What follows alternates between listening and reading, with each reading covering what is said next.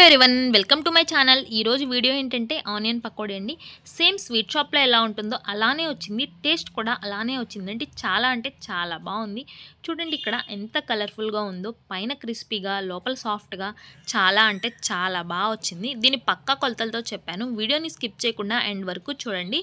ఇదైతే ఆనియన్ పకోడీ కాబట్టి ఆనియన్సే మనకి ఎక్కువగా కావాలి. ఇక్కడ నేనైతే ఈ పకోడీకి 1/2 కిలో పైన ఆనియన్స్ తీసుకున్నానండి. చూడండి ఆనియన్స్ని ఇలా సన్నగా కట్ చేసి పక్కన పెట్టుకోవాలి. ఆనియన్స్ అయితే నేను 3/4 కిలో వరకు తీసుకున్నాను. ఎక్కువగానే ఈ 3/4 కిలో ఆనియన్స్కి 1/4 కిలోనే పిండి వేస్తాను. అప్పుడే మనకి ఆనియన్స్ ఎక్కువగా ఉండి టేస్ట్ బాగుంటుంది. ఈ ఆనియన్స్లోకి అలాగే పచ్చిమిర్చి కూడా ఇలా సన్నగా కట్ చేసి వేసుకోవాలి. అలాగే టేస్ట్కి తగ్గట్టు ఉప్పు, అలాగే కారం కూడా టేస్ట్కి తగ్గట్టు ఉప్పు కారం వేసుకోండి. ఇందులో మెయిన్గా మనకి స్వీట్ షాప్ స్టైల్లో రావాలంటే ధనియాలు జీలకర్ర వేయించి పౌడర్ తీసుకోవాలండి. వేయించిన ధనియాలు జీలకర్ర పౌడర్, అలాగే మామూలు జీలకర్ర కూడా ఒక 1 టేబుల్ స్పూన్ వేసుకోవాలి. అలాగే అల్లం వెల్లుల్లి పేస్ట్ కూడా అండి. అల్లం వెల్లుల్లి పేస్ట్ కూడా 1 టేబుల్ స్పూన్ వేసుకోండి. ధనియాలు జీలకర్ర పౌడర్ అయితే మిస్ చేయొద్దు. అల్లం వెల్లుల్లి పేస్ట్ కూడా. వీటి వల్లే మనకి సేమ్ స్వీట్ షాప్లో ఎలా ఉంటుందో అలా వస్తుంది. ఈ మొత్తం వేసేసాక ఈ ఆనియన్స్ అన్ని ప్రెస్ చేస్తూ కలుపుకోండి. ఎందుకంటే ఈ ఆనియన్స్తో వచ్చిన వాటర్తోనే మనం పిండి మొత్తాన్ని కలిపేస్తాము. కాబట్టి ఇది వాటర్ రిలీజ్ చేస్తుంది. ఈ ఆనియన్స్ని ఇలా ప్రెస్ చేస్తూ మనం వేసిన ఈ మసాలాలన్నీ ఆనియన్స్ పట్టేలాగా కలుపుకోవాలి. ఇక్కడ చూడండి ఇలా కలిపేసేసాక ఇలా నేనైతే ఒక 1/4 కిలో శనగపిండి వేసుకున్నాను.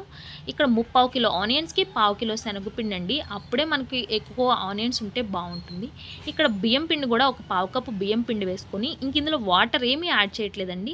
మనకి ఆనియన్స్ నుంచి వచ్చిన రిలీజ్ అయిన వాటర్తోనే ఈ పిండి అంతా కలిసిపోతుంది.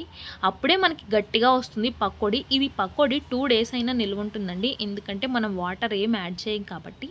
చూడండి ఇక్కడ నేను ఆనియన్స్తో వచ్చిన వాటర్తోనే ఈ పిండి అంతా కలిపేసేసుకున్నాను. ఇలా గట్టిగా ఈ పిండి మొత్తాన్ని ఇలా కలిపేసేసుకోవాలి. అవసరమైతే ఒక 2 టేబుల్ స్పూన్స్ వాటర్ వేసుకోండి. అంతేకాని ఎక్కువగా వాటర్ వేయద్దు. ఇంకా వాటర్ వేసేస్తే మనకి మెత్త పకోడీ లాగా అయిపోతుంది. గట్టి పకోడీ అంటే ఆనియన్స్తో రిలీజ్ అయిన వాటర్తోని పిండిని ఇలా ఈ కన్సిస్టెన్సీలో కలిపి పక్కన పెట్టేసుకోవాలి. ఈ పిండిని వెంటనే వేసేయాలండి.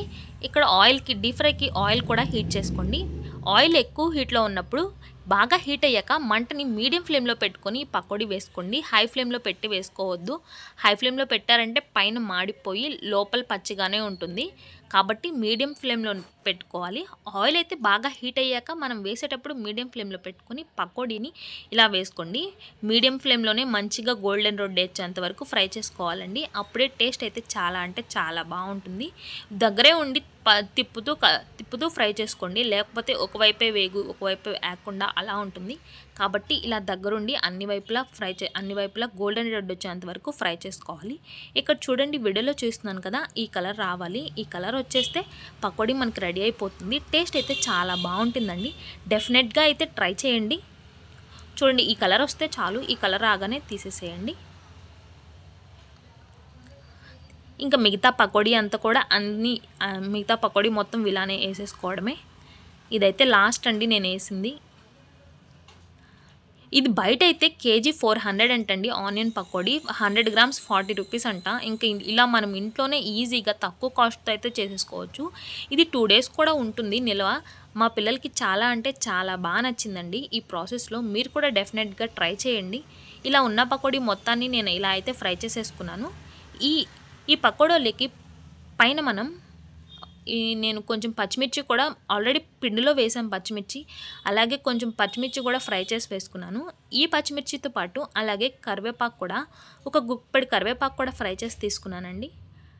టేస్ట్ బాగుంటుంది. ఆ ఫ్లేవర్ అంతా పకోడీకి పట్టేసి అండి. ఇలా వేయించిన కరివేపాకు అలాగే పచ్చిమిర్చితో గార్నిష్ చేసుకుంటే మనకి ఎంతో టేస్టీ అయిన ఆనియన్ పకోడీ అయితే రెడీ అయిపోతుంది. సేమ్ స్వీట్ షాప్లో ఎలా ఉంటుందో అలానే వచ్చిందండి.